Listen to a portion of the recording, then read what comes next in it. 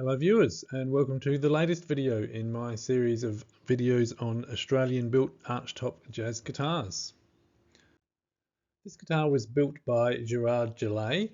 Now he's a extremely well known guitar maker here in Australia, and he concentrates on making flat top guitars. To my understanding, he's only made at most 3 archtop guitars. So this is a very rare opportunity for me to be able to document, photograph and record this archtop guitar built by Gerard. So that's a screenshot of his website, and that's the address of his website there if you would like to check out his guitars. So there's some of the specifications of the guitar. So a 25.5-inch scale length, a little bit longer than the standard you would expect on an archtop guitar of this size. The lower bout is 16.5 inches. I think the oversized F-holes make the guitar look a bit smaller than it actually is. So yeah, it's a little bit bigger than say 175, which is typically 16 inches. It's also a little bit deeper at 3.25 inches. It might be even a little bit more than 3.25. Maybe it's 3.3 inches deep. As are all of Gerard's guitars, this is made of the highest grade timbers. It has a Sitka spruce top, which is parallel braced. The back and sides are made of big leaf maple. The neck seems to be a one-piece maple, and the fretboard is of ebony. The tailpiece is made of rosewood.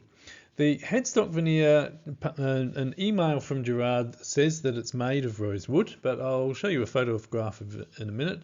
I'm not convinced it's rosewood, and the entire guitar is bound with maple. So here's a couple of photographs of the headstock, the front and the back.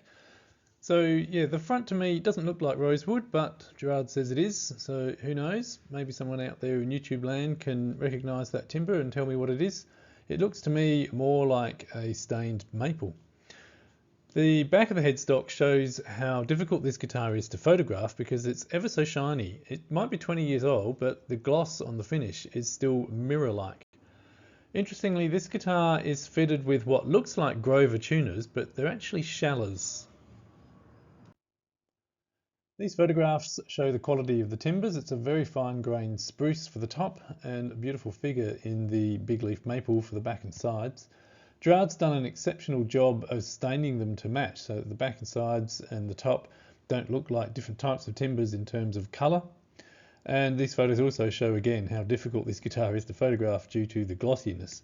The 20-year-old finish is still very mirror-like. This guitar features a rosewood bridge and a rosewood tailpiece. There's a couple of photographs of them here showing you some details. The tailpiece is fitted in the standard archtop design with the strap going around the end piece.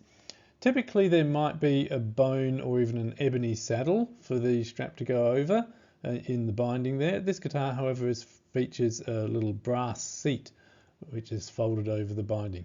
I'm not 100% sure if that's how it left Gerard's workshop, but that's how it is today. Remember, this guitar is now 20 years old.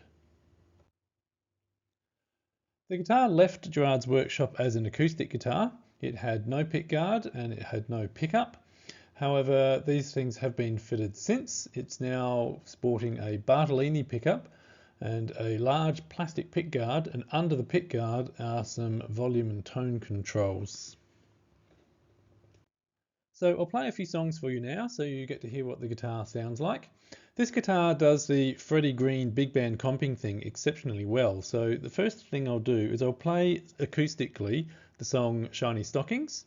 Then I'll plug the guitar in and I'll play a song electrically. I'll play Sam Rivers' composition called Beatrice. And then for the third song, I'll play it with it mic'd acoustically and electrically, so you get to hear both sounds simultaneously, and I'll play a composition of my own.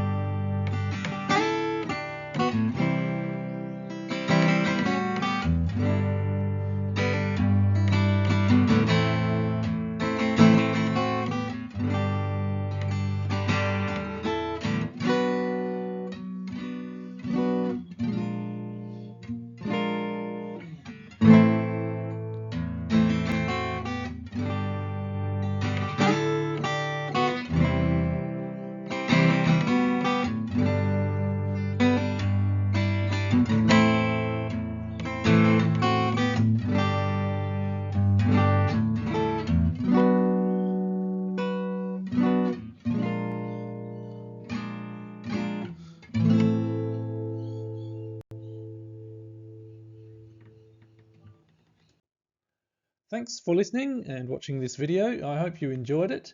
It's a very exceptional guitar. If you enjoyed the video, then feel free to watch my other videos in the series of Australian built archtop guitars.